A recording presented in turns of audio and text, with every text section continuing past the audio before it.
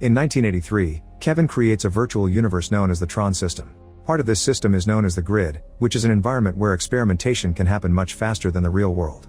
Kevin even manages to break his body down into digital information and transports it right into the grid. In 1989, Kevin mysteriously disappears after the death of his wife and leaves his fortune to his son Sam. In 2010, Sam finds his father inside the grid, but Kevin has to sacrifice himself to save his son. Now in 2025, the companies Encom and Dillinger Systems are fighting for control of the grid. Encom is currently run by sisters Eve and Tess because Sam resigned for personal reasons. The CEO of Dillinger Systems is Julian, who wants to restore the legacy of the Dillinger family. In the grid, a program named Ares is put through constant training. He fights all the programs that attack him at the same time and shows remarkable skill in defeating them all without any difficulties. One day, Ares wakes up to discover that his disk has received an upgrade. Suddenly a big face appears in front of him, introducing himself as Ares' creator. It turns out Ares was created by Julian to be security software for Dillinger Systems. Julian calls Ares his master control. That night Julian makes a special presentation for a group of investors. After everyone puts on safety glasses, an enormous device activates multiple lasers that build a tank in the middle of the room. This tank is fully armed and ready for war. Julian explains that it was designed in the grid and brought to life by the lasers, so this technology could arm a whole team in a few minutes. He also says that they could produce the soldiers themselves and opens the tank to reveal Ares, pointing out that he's super strong, fast, and intelligent. Ares is also proprietary and completely expendable, making him the ultimate soldier. He needs no water or food, and he doesn't bleed. If he's defeated during battle, Julian can just make another one. He also promises that advanced fail-safe mechanisms are in place to avoid losing control of him. At that moment some thunder can be heard and Ares does a quick scan to conclude that it'll rain soon, which makes everyone laugh. All the investors are very impressed by the presentation and look forward to working with Julian. After the investors leave, Ares goes outside and admires a firefly in the rain, since he never experienced nature before. Suddenly Ares and the tank dissolve on the spot, and it's revealed that programs can only last 29 minutes in the real world. Julian's mother Elizabeth warns him that deceiving the investors is a terrible idea, but Julian is certain that he can find the permanence code, which should allow programs to stay in the real world forever. Elizabeth reminds him that if he doesn't get a win in 6 months, the board will fire him. In Alaska, Eve arrives at a private station that was set up by Kevin and was later used by her sister Tess, who has died of cancer. Eve watches an encouraging message that Tess left her on the computer before she's joined by her friend Seth. Tess spent a lot of time searching for the permanence code in Kevin's old files, and now Eve and Seth will continue her mission. After 4 days of living in that freezing environment and searching dozens of old diskettes, the duo is excited to finally find a mysterious code shaped like a double helix. To test it, they design an orange tree in the grid and bring it to real life with lasers. Then they keep track of time and are happy to confirm that the tree stays up after the 29 minutes pass. Meanwhile Ares returns to the grid quite shaken. He can't stop thinking about Julian's speech and how he was treated as an expendable toy. His second-in-command Athena asks him about the experience and Ares tells her how interesting the rain was, saying it felt very different from previous visits to the real world. Athena doesn't understand what he means by feel. The following night there's a big Encom event for the launch of their latest game. Chief Technology Officer AJ is worried because he hasn't heard from Eve for days and the media is talking about her absence from the event. In the meantime Elizabeth discovers that Julian is hacking Encom because he knows that Eve is after the code too. Elizabeth thinks it's too risky, but Julian ignores her and sends his programs to extract Eve's user file. Soon Ares, Athena, and other soldier programs are breaking into the Encom servers in the grid. A special device opens a hole in the side of the building for them to enter, and in the real world a guard receives a breach alert. The Dillinger team quickly brings down the digital guards on the server and Ares goes into the information block, which grants Julian full access. As Encom activates containment protocols, Ares is distracted by a video of an interview with Eve, who has a much more humane approach to programs and their connection to humanity. This distraction blocks Julian for a few seconds, but Ares snaps out of it and finally acquires the file. The team then tries to leave, however Encom's security programs arrive to stop them. A ferocious battle begins and even though Encom has more soldiers, the superiority of Dillinger's soldiers is clear. Their amazing skills allow them to easily fight the guards and soon they're escaping by summoning hang gliders. Ares stays back when he notices that one of his teammates is still fighting and even gets hurt. Athena thinks they should leave him, but Ares goes back and quickly fights the remaining guards to rescue his fellow soldier. Julian doesn't like seeing his programs fail and drops a payload on the server, which causes a big explosion that disables the Encom grid but also the soldiers. This destroys AJ's presentation too and the event is cancelled. Sometime later Ares wakes up in his room and notices that the wounded soldier wasn't revived. He asks Julian about it and learns that failures will always be deleted, which leaves him quite disturbed. Julian gives Ares a new mission: he must locate Eve. Afterward Julian gets a call from AJ, who is angry about what happened and threatens to tell the investors about the 29-minute limit. Julian tries to taunt him about Eve missing, but soon he gets angry and hangs up. Sometime later, Eve and Seth leave Alaska with the oranges they brought from the grid. Once they're on the plane, their phones get service again and AJ can finally call Eve to rant about what happened. Eve calms him down by telling him that she's found the code. Meanwhile, Aries goes through all of Eve's files and learns about her life. He watches videos of her vacations but also of how she lived through her sister's cancer and the grief that it caused. After searching through thousands of files, Aries finds the tree in Alaska and sends the information to Julian. He immediately brings Aries, Athena, and a pair of advanced bikes to the real world and sends them to find Eve in 29 minutes. In the city, Eve leaves her private airport on a bike and soon the security cameras on the streets find her location. Aries and Athena go after her and Eve speeds up when she notices that she's being followed, which gets the attention of the cops. However, when the police car tries to join the chase, the soldiers activate a beam on their bikes that cuts the vehicle in two. Eve tries to go faster but finds Athena getting too close, so she makes a sudden turn to get off the highway. This forces a bus to suddenly stop and block the road, leaving Aries behind. Athena continues to chase after Eve on the street and follows her into a parking garage. Eve hides behind some cars and when she sees Athena coming up the ramp, she throws her bike at her to bring her down. Aries receives an alert and rushes to the location. Athena recovers quickly and starts going up the ramp on foot, so Eve steals her bike and quickly takes off. When Eve returns to the street, Aries catches up to her and the chase continues. He tries to block her using the laser beam but Eve manages to dodge it just in time, although she breaks other cars in the process. Aries is moving faster and finds the road blocked by a car with a baby, so he has to stop. This allows Eve to move ahead.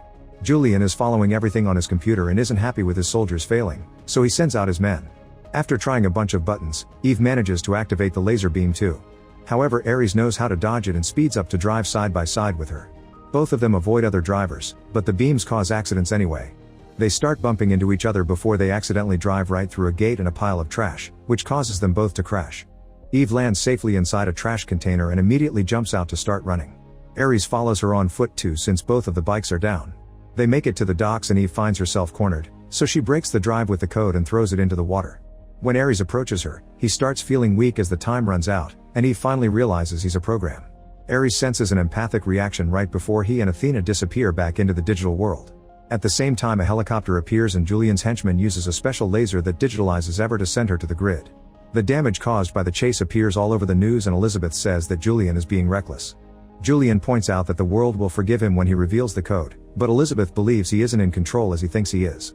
In the grid, Aries and Athena finish Eve's digitalization progress and activate her with an identity disk. They explain that the permanence code is inside her because having seen it once is enough, but a quick analysis reveals that extracting the code by force will kill her. Athena doesn't care but Aries stops the soldiers and messages Julian with his concerns. They have a chat in private and Julian reminds Aries that he's supposed to follow every order without complaint, so he wants the code no matter what happens to Eve. When Aries returns to the extraction room, he tells Athena that he couldn't talk to Julian because he's indisposed, so they'll hold the extraction until they receive new orders. Aries sends the programs away and Athena immediately contacts Julian to tell him that Aries is malfunctioning. Julian orders her to get the code and kill both Aries and Eve no matter what it takes. Meanwhile, Aries asks Eve who he should trust. Eve says that Julian can't be trusted because he considers everyone and everything to be expendable.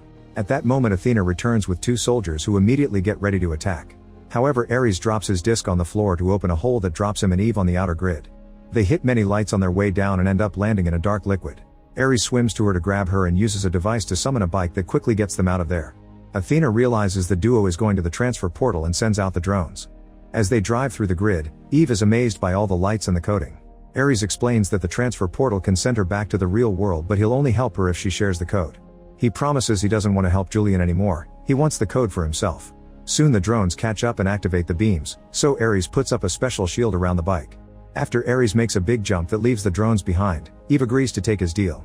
When the drones catch up to them again, Aries uses his disc to damage the tunnel, causing the debris to fall on top of the drones. A big explosion goes off behind the duo, but Aries drives fast enough to avoid getting hit and they jump into the portal just in time. In the Dillinger offices, the laser device brings Aries and Eve to the real world. Julian sends out his men, but Aries easily brings them all down in seconds. Ignoring all of Julian's yelling, the duo steals a van and drives through a few gates to escape. Then a furious Julian brings Athena to the real world too, calling her the new Master Control. She's given a glider and a digitalizing gun to go after Eve and Aries. After Athena is gone, Elizabeth slaps Julian. On the road, Eve tells Aries that she found the code in Kevin's files, so there should be a copy in Kevin's old system. However, Aries doesn't think they'll make it to the Encom offices in 29 minutes in this old van, not to mention they'll need a digitalizing gun. Eve stops at a gas station and convinces the clerk to lend her his phone by showing him her photograph in a magazine. She calls Seth and tells him to be at the office with a digitalizing gun, then she and Ares take the clerk's fast car after she promises the guy that she'll wire him the money. The duo appears on the gas station's security cameras, so Athena can track them down. Ares drives incredibly fast, but his great reflexes make it easy to dodge all the cars. During the trip, he tells Eve about all the things he knows about her because he's read all his files, including her texts with her family. She tells him how hard it is to deal with love and grief, and Ares finally understands that Eve is continuing her sister's work because it keeps her connected to her. Outside the Encom offices, Ares crashes the car to park faster. The duo meets with Seth and they rush to the museum floor, where Kevin's old computer is part of the exhibition. Once Eve has the code, Seth assembles the digitalizing gun, but before they can help Ares, Athena shows up. She doesn't attack though, and Ares realizes she's waiting for him to time out. He announces a change of plans and jumps through the window with the intention of fighting Athena, but Eve activates the gun anyway and sends him to Kevin's grid. Then Athena crashes through the window, destroying most of the museum in the process.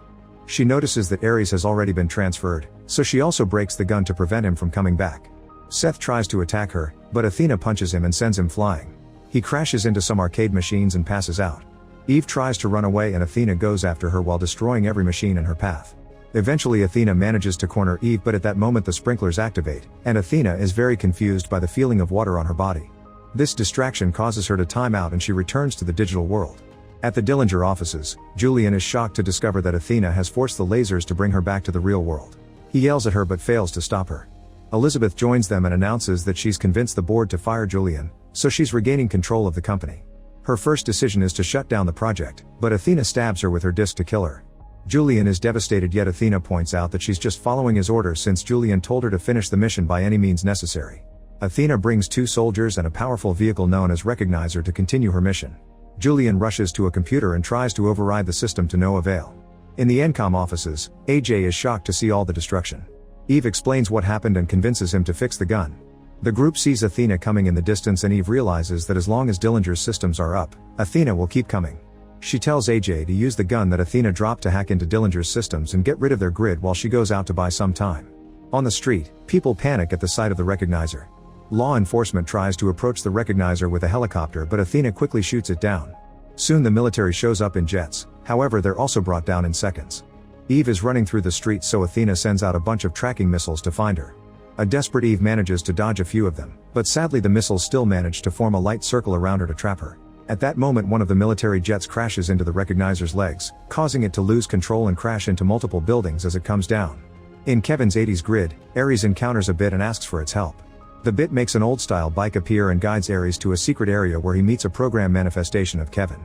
Ares explains he doesn't want the code only for himself anymore, he wants to live to protect Eve. Touched by Ares' words, Kevin decides to give him the permanence code by putting it into his disc. Ares then uses the disc to step into a ray of light that takes him to Kevin's old basement. In the city, Athena leaves the Recognizer in a tank and quickly captures Eve. With only a few minutes left, Athena drives through every vehicle in her way to move faster. Suddenly Ares appears in the middle of the road and his suit glows in new colors to indicate he's free now. He throws his disc at the tank and makes it lose control. It crashes and comes apart as several cars crash nearby. Ares checks on Eve and confirms she's fine. Athena soon reappears with 2 soldier programs and they start fighting Ares together. It's hard for him to fight programs that are on his level, but he at least manages to bring down the 2 soldiers, losing his disc in the process. Sadly the fight leaves him weak and he's overpowered by Athena. When she's about to kill him, Eve throws the disc back to Ares and he blocks Athena's attack just in time. Athena and Ares continue to fight on the street, and this time Ares has the upper hand. He cuts off Athena's hand and gets ready to end her, but at that moment AJ hacks into the Dillinger system and destroys their grid. The missiles start falling around the city and Ares holds Athena as she comes apart, turning into nothing but dust. Afterward Ares tells Eve that the grid needs her and he disappears before the police cars arrive. Later the media covers the incident and Dillinger Systems is already seen as the culprit. The police surround the Dillinger offices, so Julian activates the lasers and sends himself to the grid before they can arrest him. As weeks pass, Eve uses the permanence code to help humanity by bringing food and medicine to the real world at just the push of a button. One day she receives a postcard from Ares that reveals he's traveling the world in search of Sam and Cora, the only other program who ever escaped the grid. In the remains of the Dillinger grid, Julian finds a disc that used to belong to his grandfather. When he grabs it, his body is covered by armor. Make sure to subscribe and turn on notifications so you can watch more videos like this. Thanks for watching.